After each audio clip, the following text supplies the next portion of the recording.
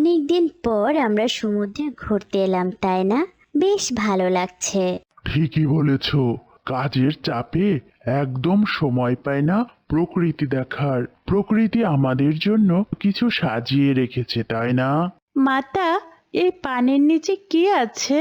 পানির নিচে অনেক মাছ আছে, আরো কত কি যে প্রাণী আছে, তুমি বড় হলে সব জানতে পারবে।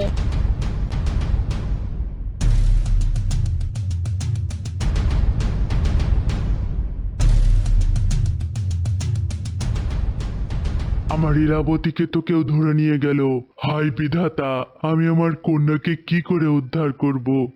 কেউ কি আছো, আমার কন্যাকে উদ্ধার করো। ইলাবতী, কন্যা আমার, তোরে কি হয়ে গেল? তোমরা আমার কন্যাকে উদ্ধার করো। আমার কন্যারে কি হয়ে গেল?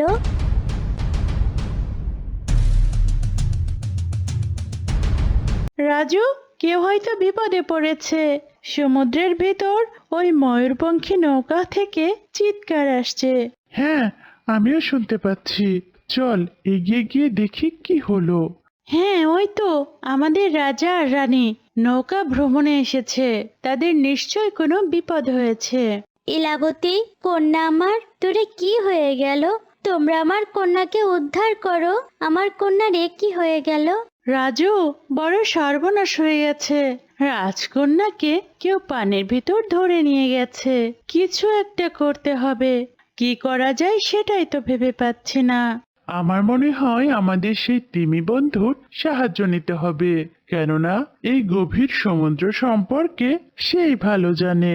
তুই ঠিকই বলেছিস রাজু। এই মুহূর্তে আমাদের তিমি বন্ধুর সাহায্য নিতে হবে। এখনই ওকে ডাকতে হবে। আমি ডাকছি সেই বন্ধুকে।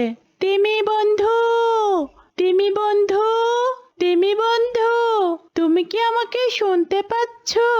তিমি বন্ধু, তিমি বন্ধু।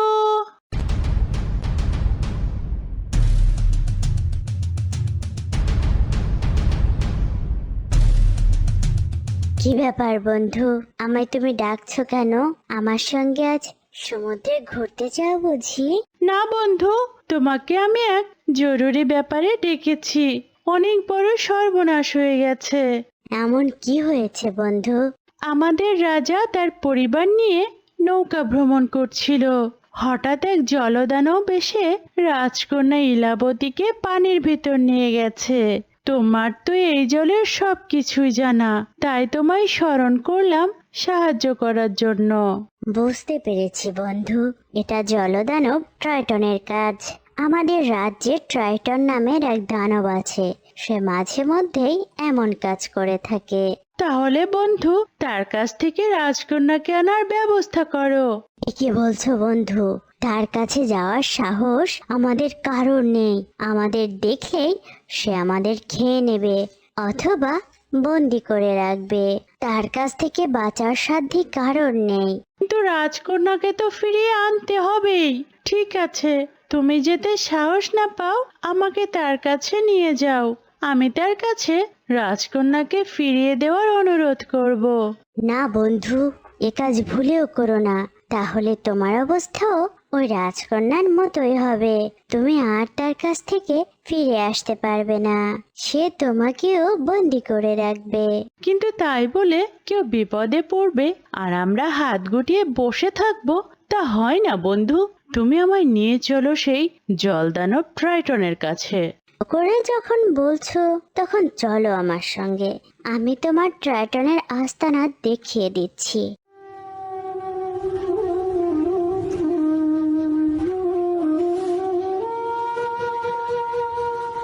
মা ইলাবতী, তুই ফিরে এসেছিস? আয় মা, আমার কোলে আয়।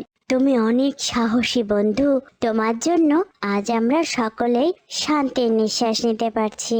তুমি না হলে আজ আমার কপালে কি হতো জানি না। আমি হয়তো আর কখনোই মা বাবার কাছে ফিরতে পারতাম না। আমার কন্যা ফিরে এসেছে, আমার যে কি আনন্দ হচ্ছে। আর মা মিনা, তুমি আমাকে যে উপকার করলে তা আমি কখনোই বলতে পারবো না। তুমি সত্যিই অনেক ভালো।